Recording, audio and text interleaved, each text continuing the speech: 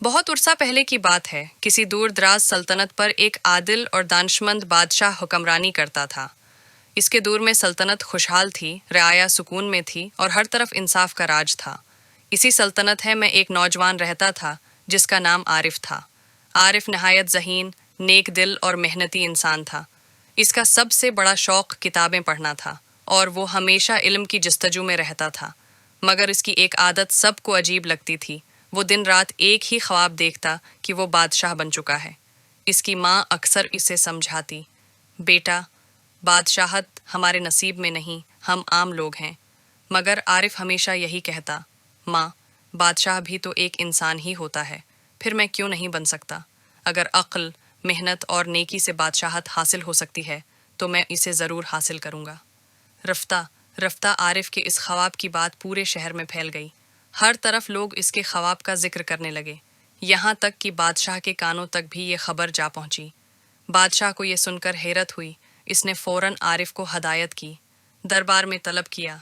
जब आरिफ बादशाह के सामने पेश हुआ तो बादशाह ने उससे पूछा, क्या ये सच है कि तुम बादशाह बनने का ख्वाब देखते हो? आरिफ ने अदब से जवाब दिया, जी हाँ, बादशाह सलामत। बादशाह मुस्कुराया और बोला, अगर तुम वाकई बादशाह बनना चाहते हो तो तुम्हें मेरी 4 शराइत पूरी करनी होंगी। 3 सवालों के सही जवाब देना होंगे और एक मुश्किल काम होगा, मुकम्मल करना होगा। अगर तुम कामयाब हो गए तो मैं तुम्हें अपना जानशीन बना दूंगा। बादशाह ने सवालात पेश किए। फ़र्ज करो कि मेरे पास एक डब्बा है, जिसके अंदर एक और डब्बा है और उसके अंदर एक और डब्बा है।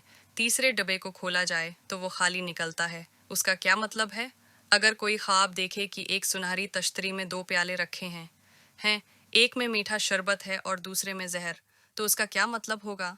अगर शहजादी के पास चांदी की तश्तरी में एक मर्दाना गड़िया और एक जनाना गड़िया हो और उनके दरमियान एक चांदी की अंगूठी रखी हो, तो उसका क्या मतलब होगा?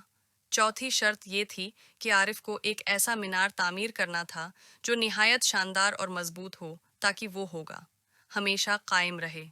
आरिफ ने फौरन जवाब दिया, बादशाह सलामत, पहला सवाल आपके खजाने की तरफ इशारा करता है, जो वक्त गुजरने के साथ खाली हो गया है। दूसरा सवाल तख्त की हिकमत है के बारे में है। बादशाह को कभी नर्म और मीठा होना पड़ता है और कभी सख्त फैसले लेने पड़ते हैं। तीसरा सवाल ये बताता है कि शहजादी शादी के काबिल हो चुकी है, मगर आपने इस अहम मामले पर तवज्जो नहीं दी।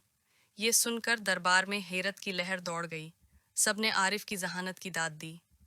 बादशाह ने भी उसकी अक्लमंदी तस्लीम की, लेकिन अभी चौथी शर्त बाकी थी। आरिफ ने एक शानदार मंसूबा बनाया। उसने अपने दोस्तों, कारीगरों और आम लोगों से मदद ली। सबने मिलकर इंथिक मेहनत की और 3 महीने में ऐसा खूबसूरत मीनार खड़ा किया जो फ़न तामीर का शाहकार था। जब आरिफ बादशाह के दरबार में पहुंचा और ऐलान किया कि उसने चौथी शर्त पूरी कर ली है, तो बादशाह हैरान रह गया। वो खुद है मीनार देखने गया और बेहद मुतासिर हुआ, मगर उसे ये बात हज़म नहीं हो रही थी कि एक आम शहरी उसका जानशीन बन जाए। बादशाह ने साजिश रचाई और आरिफ को एक ज़ियाफ़त में मदऊ किया, जहां उसे जहर देकर ख़त्म करने का मंसूबा बनाया गया। लेकिन आरिफ के उस्ताद ने उसे पहले ही खबरदार कर दिया था। जब ज़ियाफ़त में आरिफ को जहर मिला शरबत पेश किया गया, तो उसने होशियारी से अपना प्याला बादशाह के प्याले से बदल लिया। बादशाह खुद अपने ही जाल में फंस गया। आरिफ ने सबके सामने मुतालबा किया कि बादशाह पहले खुद प्याला पिए।